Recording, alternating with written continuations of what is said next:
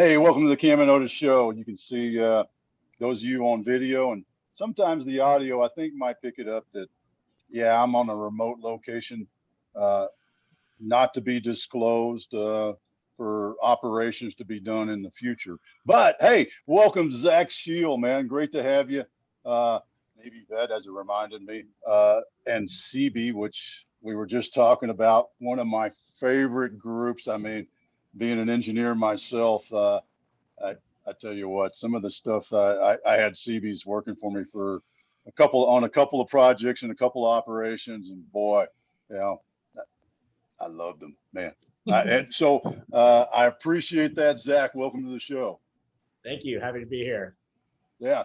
Hey, Zach. So all that construction that you did as a CB, that kind of led you. I'm just making that assumption that led you into what you're doing now with Rubix.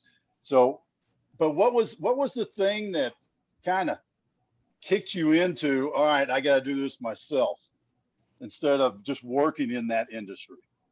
Yeah, no, and so I did work in the industry a little bit after I got out of off active duty, and so went to grad school, got an MBA, and spent my summers working with Bechtel Corporation, one of the largest engineer, procure, and construct companies in the world. In the summer of 2013, I was working with them on a copper concentrator project up in northern Chile. Actually the world's largest copper mine. So 10% of the world's copper comes out of this one big hole in the ground. And we're building a new facility there. And the primary source of data that we were needing to help better manage cost and schedule was coming from 1,000 paper time cards scribbled in handwritten Chilean Spanish every day. And it took 2 to 3 weeks to get that data aggregated, digitized, cleaned up to be able to have an accurate view of what was going on the job site. And so the idea for Rubix actually came out of exposure to Blue Force Tracker while I was deployed out in Camp Lemonnier, Djibouti during the Arab Spring. And the level of visibility that the Combat Operations Center had to downrange activities was sort of the inspiration I had, wishing I had that same level of visibility as I was sorting through a 100-page spreadsheet trying to make sense of incomprehensible. Right, trying to scroll up and down, left and right. And where was I a second ago? Exactly. Been there. Yeah. And so that was, I had a final year of grad school to finish. After that second internship, I was working with Bechtel, and basically, that was when I said, hey, there's a big enough problem here. It's a big enough industry. I don't know a ton about building a software company, but I've got deep exposure to the problem. And, Stanford exposed me to the venture capital business model that allowed my co-founders, another Navy vet, and myself to go out, raise capital, and then recruit the software talent and product leadership that we needed to bring a solution to market. Oh, that's great. And you know what? I need to do some data back checking on my history, because I have met at least 10 veterans entrepreneurs who have done just that. I had no clue how to code, but I knew there was a problem and I wanted to fix that problem, create a solution that was going to be, a SaaS or some sort of IT thing, and figuring out how to, whether venture capital, bootstrap, or whatever, or co-founder is another one of the ones I'm thinking of. But there's been at least 10 military vets entrepreneurs that I've met over the last 4 years, probably 5 years, that have done just that. I think that's a really interesting thing. And it's that drive to solve the problem no matter what. So that must have been that, I'm kind of trying to frame a question into this, because how do you find the right people? Well, let's take a step back. So first off, go to your mate who's your partner, another Navy vet. How did y'all link up, and why is that successful? Yeah, so Drew and I, he was a year ahead of me at Stanford Business School. And so we met pretty early on through the Veterans Club. There's about 10 US veterans per business school class there. And actually got to know each other very well through a experiential learning class at Stanford. The real name's interpersonal dynamics, but the colloquial name is touchy feely. And so before we ever talked about co-founding a company together, we had taken this class where actually a lot of the course material comes from like marriage counseling and social psychology. But hands down, that's the class I've leveraged the most in terms of the day-to-day operations of growing and scaling a business. But so Drew and I, before we ever thought about co-founding a company, had gone through this incredibly in-depth, intense 10-week course together. That summer, he was working on his first startup, which was building a power plant in northern Chile, probably about 700 miles away from where I was, up in Minera Escondida.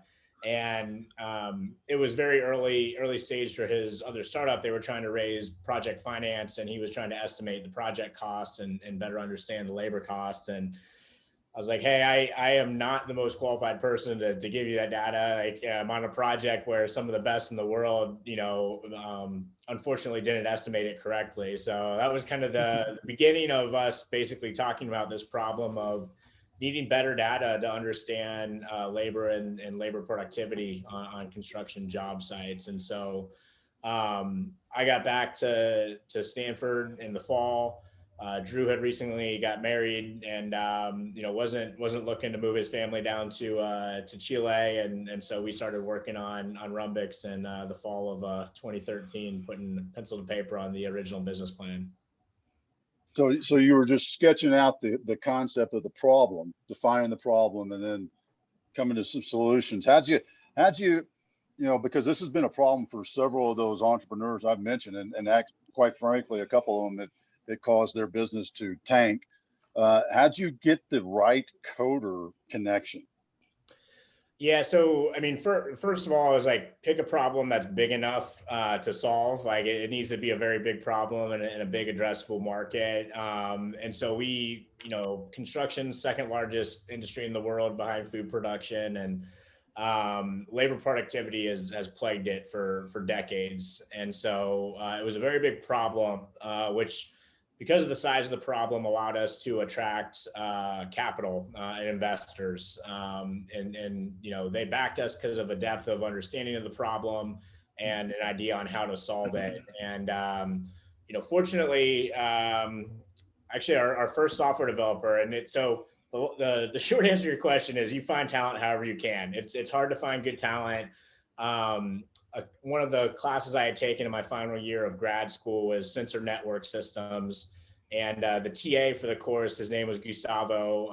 He became our first kind of company employee. And actually, his cousin was a Air Force tech sergeant. And based on Gustavo's recommendation, he joined us doing some part-time work early on, and then became our first full-time hire, John Goncalves. And so we went on to add two more guys, add a third person, hire a director of engineering over the course of the next year. But a little bit of luck and a lot of just, going on speed dates with technical folks to, see who might be a good fit to help write lines of code for that very early product.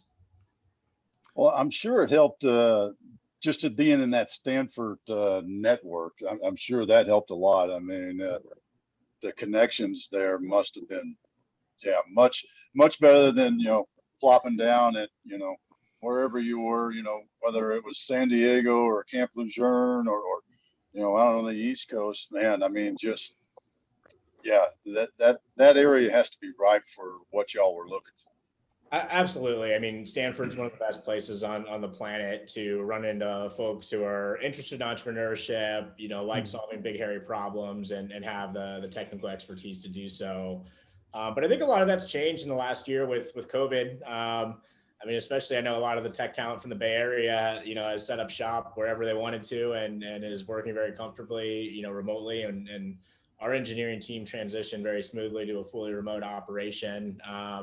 And so I think, nowadays you need to, the opportunity to hire talent is the global market. You can really go anywhere.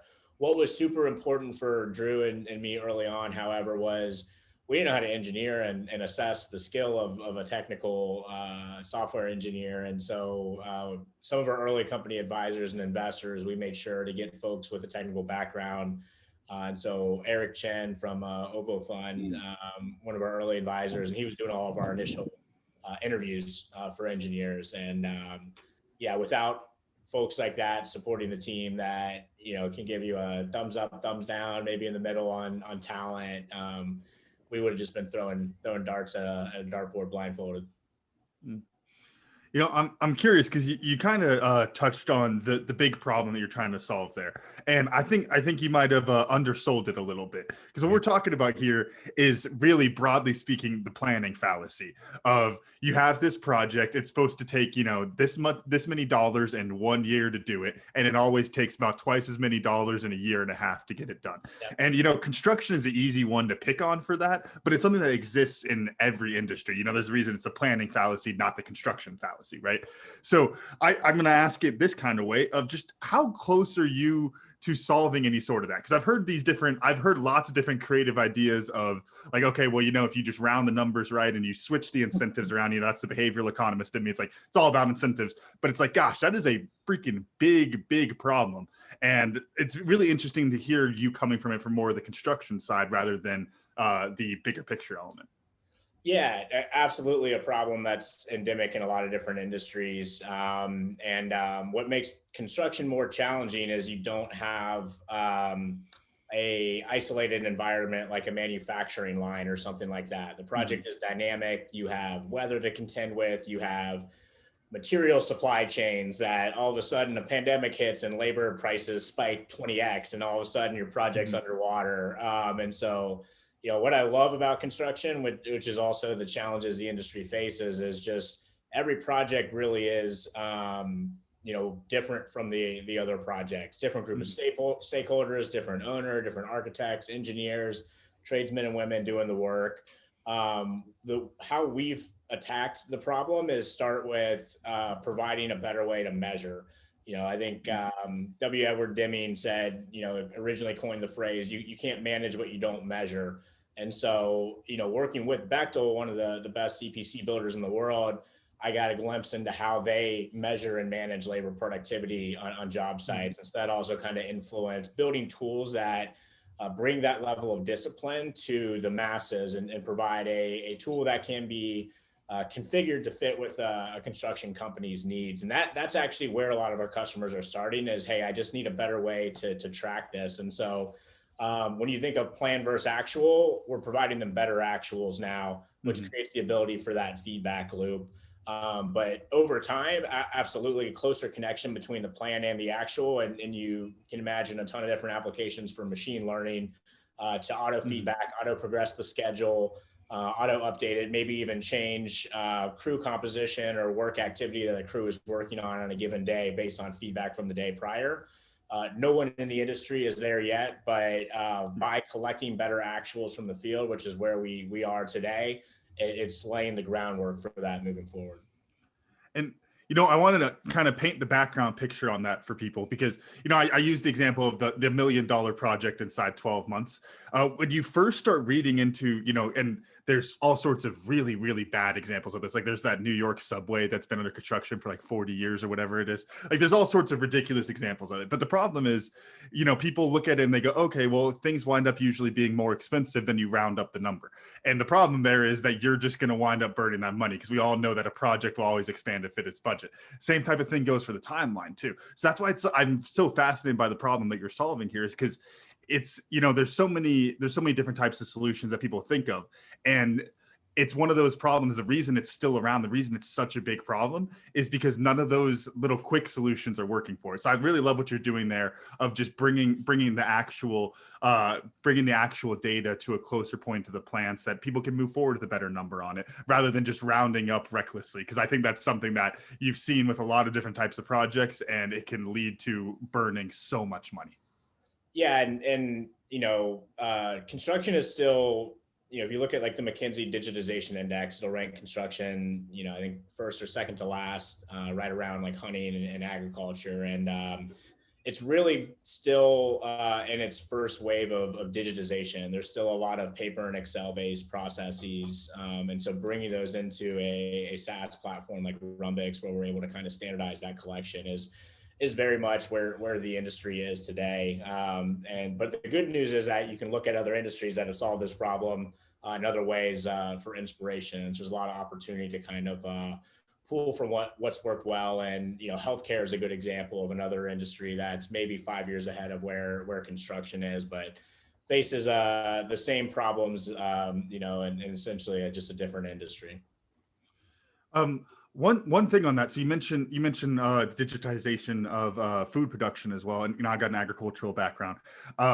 One of the things I think is really interesting with that is that with agriculture right now, we're on the cusp of a big momentum swing in that direction.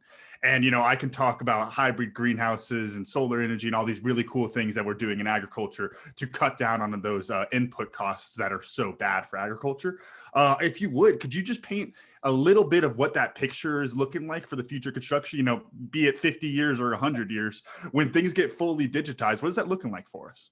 No, it's a very exciting time in the industry. I think every CEO in the construction industry will agree that there'll be more technological change in the next 10 to 20 years than there's been in the last 100 years. And so a couple different factors really driving that. Certainly there's a bimodal distribution of the population demographic in the construction industry. And so the late 90s, a lot of Gen Xers did not go into the construction industry. And then after the Great Recession, 2008, 9, 10, a lot of the baby boomers didn't leave. So the baby boomers are finally retiring, leaving the industry, and the average, the mean and median are shifting significantly to a lower average, which is great. So you've got a more digital native group of stakeholders stepping into decision-making roles in companies. And you've actually got software delivering very clear ROI for the industry. And so the first thing that's important is like creating the budgets to fund R&D. Construction is a single-digit margin industry. So it's this chicken before the egg. We're low margin because we don't invest in technology, and we don't invest in technology because we're low margin. And so I think we're finally over that hurdle where every construction company is really recognizing, hey, technology is good. It's going to help us be more competitive in the future. And many folks saying, if we don't digitize and become a modern company, we're going to cease to exist and not be able to compete. And so the first thing that you need is that kind of realization within the industry to move forward. And so now that we have that, you look at what technologies are really driving change. And so I like to bucket them in terms of like, what are market ready technologies today? And that's what we're selling. I mean, that is, mobile first, SaaS, B2B, business enterprise application software. And so a lot of that, you just saw Procore, $8.5 billion IPO. I think they're trading at 12 billion today. That company was started in the early 2000s. So you've got the cloud native and mobile first companies right now that are delivering value in the field today. I think on the heels of that, when we talked about like the lack of digitization, any machine learning or artificial intelligence applications need a training set of data. And so I think the technologies today are finally building the structured training sets of data that will provide the training set necessary to enable a lot more kind of ML and AI, which continues to just automate manual processes. How can we automate out inefficiency? So I think there's a lot of good stuff to come in the future off the heels of AI and ML products that can be built off of the data sets we're generating today. And so that's a huge area. Again, really the purpose there is just like understand what's going on in a very complex job where you have tens, hundreds, or thousands of people physically doing work to change the site every day and a supply chain that has to feed them. So you've got AI, ML applications. There is a severe shortage of skilled trade labor in the industry, not just in the US, but globally. And so I think we already see companies, startups that are looking at robotic applications. How can we eliminate very mundane tasks on job sites? So a cool example of that is a company, Canvas Construction, out of the Bay Area here. And they built a robotic drywall finisher. So, sanding, spraying, and finishing drywall is a very, very mundane task. And they've set up their company, they've developed the technology, but they are a union subcontractor. And so they pay union dues, the robot pays union dues, and it is a subcontractor that allows a couple union carpenters to operate this robot, and it takes a 2-person crew instead of a 10-person crew. And so, I think there'll be more and more applications of where can we insert robots to augment the labor force. You've got offsite prefabrication, which is another interesting kind of trend. Mhm. Can we begin to go to an isolated environment where you're building modular components in a factory style, where you have better ability to control production and then ship that out to the field and assemble on site? There's a ton of interesting stuff going on with computer visioning and being able to automate passive detection of work completion. And so, Mhm. I think, the industry, because of how big it is and how many stakeholders it'll take, 10 to 20 years. But I think you will finally begin to see the productivity gains that have hit the manufacturing industry, the aerospace industry, technology industry for sure, over the course of the next 10 to 20 years. And really, like every industry, like construction companies need to become technology companies, and they're going through that transition right now. Yeah, I'm kind of curious where the break point is. You got the mom and pop kind of custom home builders up to the kind of medium size apartment complexes, the 200 to 300 units sort of thing, to the big stuff that you're talking about, like you learned at Bechtel. But so I'm kind of curious, where do you see the break point, or even to that point of when do you see mom and pop custom homes doing more of this sort of technology driven operation?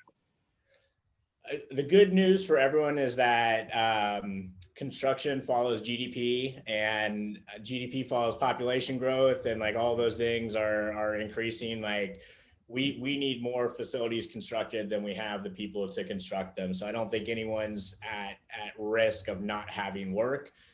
They might lose some of their work to other folks, and so, in the small residential sector, there's some interesting companies like Mighty Buildings and they're based down in Austin, working with 3D printing for small residential. So basically, you've got a articulating boom arm with a nozzle on the end, and you're basically able to direct concrete flow. And so they're building single family houses where, the first floor foundation garage is all 3D printed instead of using CMU block or stick built. And so you're already seeing that today. It's not proven out at scale, but there's innovation in every part of the market. And construction's easy to to just try to say construction and capture it all, but you've got commercial, residential, industrial. You've got, within all of those, probably 10 to 20 different subsectors. So it's a very, very complex global industry, but really we see innovation happening in every subsector out there. And the old business models will cease to exist at some point. Mhm. And so the companies, in whatever market of the construction industry they're in, need to recognize what's going on around them and make sure that they don't miss technological change, or the next wave of innovation, lest it might render their business model obsolete. You know, I'd love to shift gears and go back to what's that one lesson from being a CB? Because I've already said how much I love CBs. I bought them all beers as much as I could because of just the great work they always did. But what's that one thing that you've used or relied on to keep you going and overcome whatever's been thrown at you? Yeah, I mean, the CB motto is can do. So, that's a great culture to be around, especially when you're starting a startup. I tell people, like, the military was an unbelievable training ground for being an entrepreneur. You've got limited resources, limited manpower. You're underpaying people, overworking them. You can't give them raises. It's a very highly dynamic environment that's changing almost daily. And you got to find ways to cultivate intrinsic motivation, in your employees, especially in the early stages. And so, the military, I think, was a phenomenal, way to learn the power of intrinsic motivation. The two levers I had was I could nominate one of my troops for a ribbon, on his chest, his or her chest, or I could give him a 96-hour chit for the weekend. And so you really got to learn, to focus on, mastery, autonomy, purpose. How can I create a sense of vision and purpose, in the early employees of a company, and that's something that you just, learning how to motivate CBs. you get, like, hey, we're working on the weekend. It sucks. I know. I'll be there with you. 0700 on base, and we're gonna go get this thing done. And so I think, there's a lot of that can-do attitude, a lot of focus on solving the problem. Whereas I think a lot of civilian counterparts, might have done a job and learned it for 2, 3, 4, 5 years. The military, you don't really have a job description. you don't get put in this box. It's, hey, I need you to go fix this. I need you to go solve that. And so that level of resourcefulness and also comfort with ambiguity, I think, does a ton as far as being able to operate in a very unstructured early stage environment. And then, one other thing I'll add is just like deck plate leadership that I learned from the first chief I had that I was working as no one. Really taught me the importance of, like, don't ask somebody to do something you aren't physically willing to do yourself. And, so I'd be out there in my khakis, helping place concrete and, having to throw away a pair of khakis after the day, but earn the trust of my troops. Hey, officer got his boots dirty. Nice. That carried forward into the company. We're fully remote now, but I remember when we had an office in San Francisco, always had an issue with, trash can fills up during the day and people are playing trash can Jenga, trying to stack another, empty can of LaCroix on top of it. And I saw somebody doing that. I would just go get the garbage key, pick up the trash, grab it out of the trash cans and haul it out back myself. And, after the second or third time they saw the CEO taking the trash out, people started taking the trash out. That's great. I love that too. And I hadn't heard the phrase deck plate leadership. That's a new one for me. And I spent a lot of time in the joint world. So now I've got another little Navy phrase to put in my pocket and throw it. That one's definitely a Navy from the ships. Engine rooms, deck plate leadership out there on the ships. So. No, that's great. So, kind of staying in that sort of thought process, overcoming those. What's a challenge? Because, one of the things that Camden and I always love to do is what's that nugget that somebody can take and apply to their business. So what's that challenge that you just like, you and Drew are like, oh man, late nights, that sort of thing, ready to throw in the towel kind of thing. What is that challenge that y'all either overcome or possibly still dealing with? Yeah, I mean, I think one of the biggest challenges is the world that we live in has a ton of survivorship bias, right? So we love telling the stories of success, everyone that's doing well. And so you get kind of inundated with this imposter syndrome of like, it's really freaking hard what we're working on right now. And it seems like everyone else is just has these tailwinds, isn't facing the same problems. And, the reality is everyone's facing their own unique set of problems and struggling through it. And so I think, certainly as a founder, there's a psychology aspect of it that you need to constantly manage and maintain. It is very, very tough. Like when you start a company, like the odds are you're going to fail, out of the gate. And so I think, doing a lot of work on your own psychology, and part of that is finding a good balance so that you don't get burnout and stressed, overstressed and can't function effectively. And so I think, one of the things Drew and I have done really well is from the onset really said startups are a marathon, not a sprint. We need to establish healthy work-life balance. Drew's wife and him were expecting their first baby. There's a funny story. When we were raising our seed round, we're going out and we have an October 1st close date for the first financing round. And all the venture capitalists were saying, hey, most people have the end of the month, like what's up with the the October 1st close date. I was like, well, it's his wife's due date. That's a great reason to have a October 1st close date. And so we closed our first round of financing 12 days before Drew's first son was born. And we've always kind of made sure that we were having the space necessary for ourselves and our employees to unplug. We said we're not like a pizza and Mountain Dew at midnight, burning the candle at both ends startup. That works for some, and that's fine. But I think we're both 8 years into this, and had we not set those boundaries and not created, but I think the military does a tremendous job with leave. It's like you get 30 days of leave a year. You're off duty. You're off duty. We're not going to bother you. That was the attitude that we brought to time off at Rubix, where if you're taking PTO, like unplug, delete Slack, delete Gmail from your phone, like enjoy life, like come back recharged. I think that's been one of the most important things over the last 8 years to ensure that we still have gas in the tank and still have excitement and energy about the company, because it is in the world of startup life, there's a lot more punches in the guts than there are high fives on a week-to-week basis. So you got to have the wherewithal to survive them. What that really makes me think of is, and Dad, we were talking about this the other day. I don't think it was on the show, so I'm glad I'm bringing it up.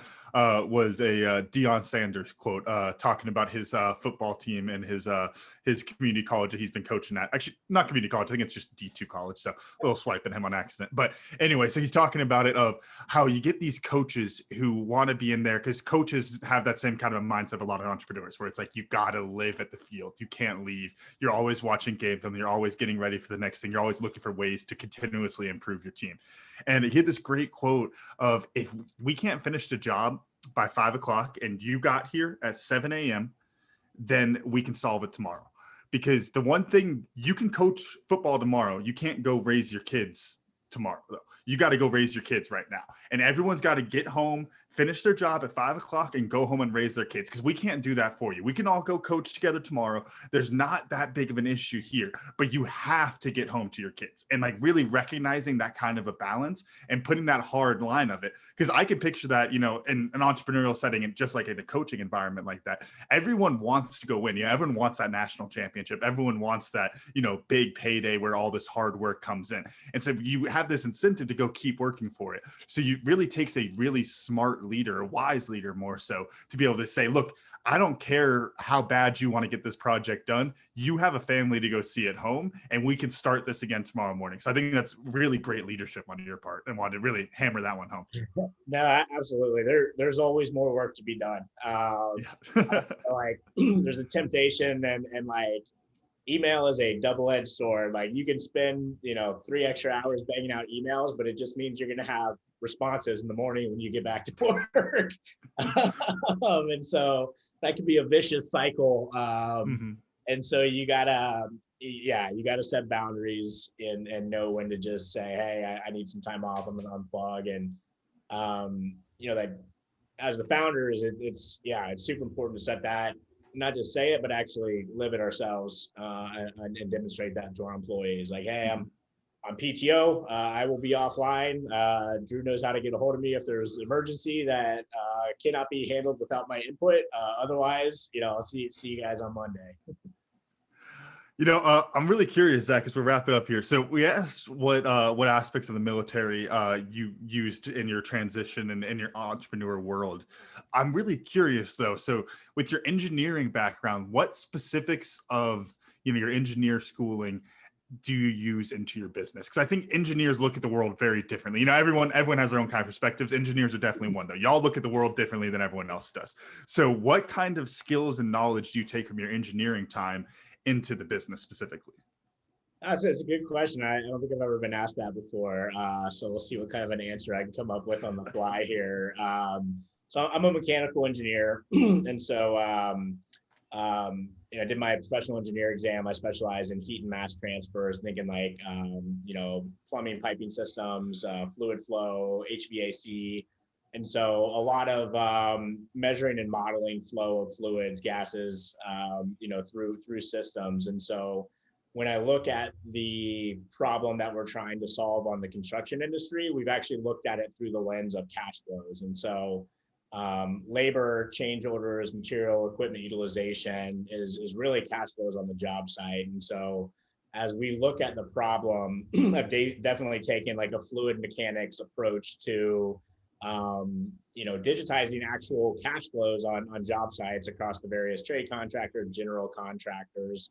And you can look at, where do you have turbulent versus laminar flow? Where is there smooth payment and quicker payment and a workflow that is wrapped up in a shorter duration of time versus friction points in the system to be able to understand, can we apply software and technology to these friction points to better streamline them? Because if we do, the whole cash flow through the entire system is working more efficiently and more optimally, which definitely goes back to like a second law of thermodynamics and fluid mechanics foundation. Love it. Well, my dad is going to be excited about that little section of this episode because dad is a retired rocket scientist, mechanical engineer, aerospace engineer. I think he's got a master's in he's got a Bachelor of Arts in physics, a master's in mechanical engineering, and a doctorate in aerospace engineering, and spent fluid dynamics is dad's thing. So he's going to be like, oh, yeah. You can explain the whole world in terms of fluid dynamics. Well, I will vouch for that. Into the sky, following over some mountain, creating water flows that power cities, that power economies. There's. We'll save that for another podcast to geek out. Yeah. Well, we may have to have Dad on, and he could talk about building snow fences and studying the airflow across the plains of where to put snow fences. And oh yeah, y'all could have some fun. Awesome. Zach, man, this has been great. I'm just going to go out, and I've got such an easy what I learned, because I already said it, which means it's easier for me to remember it. I don't have to keep repeating it to myself like I do most of the time, or because it's just one of those things. But deck plate leadership, that's my new joint term for leading by example. What I've always said, and this is a very Army phrase, is just pick up the shovel and dig with the, if a hole needs to be dug, pick up the shovel, right? That's always been my way. Very Army. Deck plate leadership, very Navy. So now, who'd have thought that this many years after retiring that I'd still be learning new joint terminology. So thank you for that. I'll probably say it several times today, Camden, when I get to Tucson. There you go. Zach, what'd you learn today? Just, reinforcing the importance of kind of self-reflection. I appreciate that last question, Cam. Question I hadn't got before. And the answer I came up with on the fly is, helps me better understand my business and think about it through a lens I hadn't looked at before. And so I think, just again, the importance of never stop learning, never stop growing, and asking yourself questions you haven't asked before to see what knowledge you can find there. That's great. Appreciate that. Camden, how about you? What'd you learn? That you guys have drywall robots out there and that they can join the unions. And I got a little doomsday thing running here, because you get too many robots in the union, that's going to cause some problems. I don't know how that voting is going to go down when you got all those robots in there, because they're going to be voting the people out and all this kind of stuff. So, there's a problem for you to solve, because that's doomsday right there, Zach. There's drywall robots, there's rebar tying robots, there's autonomous skid steers and excavators that are being built. So we're not too far from the rise of robots in the construction. And that's going to happen through the unions. That's interesting. Yeah, not exactly the sci-fi movie they always write, right? As long as they pay dues. There you go. Zach, how can people get a hold of you, learn more about Rubix, that sort of follow up with you? Yeah, so Rubix.com, RHUMBIX is our website. You can look me up on LinkedIn. Love connecting, especially with other veterans and veteran entrepreneurs trying to start off on their own trail and do their own thing. And then on Twitter at CBCEO. You didn't catch that reference, folks. Once you spell it out, you will catch that reference. SEABEECEO. That's right. That's right. I love that, man. What a great hand. Good on you to have that one. Camden, run us out. Thank y'all for listening to today's show. Special thanks to our guest, Zach Scheel, and our sponsor, Tribe and Purpose. Find your purpose, find your tribe. You can check out recent episodes of The Cam and Otis Show on Spotify, Apple Podcasts, wherever you get your podcasts, and check out a full archive at thecamandotusshow.buzzsprout.com. The Cam and Otis Show is on Facebook, Instagram, and Twitter. Thanks again, and we'll see y'all next week.